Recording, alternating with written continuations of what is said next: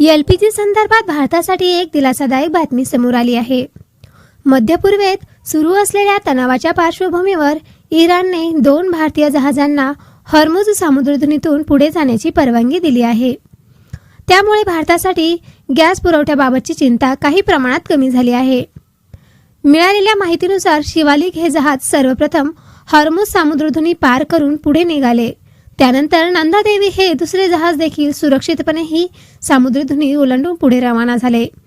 ही दोन्ही जहाजे एलपीजी इंधन घेऊन भारताकडे येत आहेत आणि लवकरच भारतात पोहोचण्याची शक्यता आहे। या दरम्यान मध्य पूर्वेतील तणावामुळे हॉर्मुझ सामुद्रधुनीचा मार्ग बंद होईल अशी भीती व्यक्त केली जात होती, कारण जगातील मोठ्या प्रमाणात तेल आणि गॅसचा पुरवठा याच मार्गाने होतो। मात्र सध्या तरी हा मार्ग पूर्णपणे बंद करण्यात आलेला नाही असे भारतातील इराणी प्रतिनिधी यांनी स्पष्ट केले आहे। या पार्श्वभूमीवर भारताने अत्यंत संतुलित आणि शांततापूर्ण भूमिका घेतली आहे। 12 मार्च रोजी पंतप्रधान नरेंद्र मोदी यांनी या परिस्थितीबाबत आंतरराष्ट्रीय स्तरावर चर्चा केली असल्याची माहिती समोर आली आहे।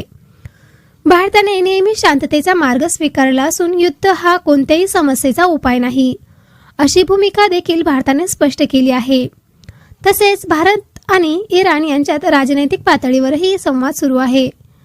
5 मार्च रोजी परराष्ट्र सचिव विक्रम मिस्त्री यांनी संबंधित ठिकाणी भेट घेऊन शोक नोट वहीवर सही केली होती। त्यानंतर 9 मार्च रोजी भाजप नेते मुख्तार अब्बास नक्वी यांनी देखील इराण दूतावासाला भेट देऊन शोक नोट वहीवर सही केली। या सर्व घडामोडींमुळे भारताने मध्य पूर्वेतील परिस्थितीकडे अत्यंत काळजीपूर्वक आणि संतुलित दृष्टिकोनातून पाहत असल्याचे स्पष्ट झाले आहे। सध्या भारताचे लक्ष या जहाजांच्या सुरक्षित भारतात आगमनाकडे लागले आहे।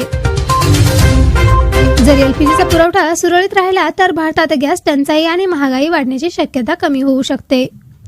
मध्य पूर्वेतील तणाव, एलपीजी पुरवठा आणि भारताची रणनीती याबाबत पुढील अपडेटसाठी आमच्या चॅनलला नक्की सबस्क्राईब करा। धन्यवाद।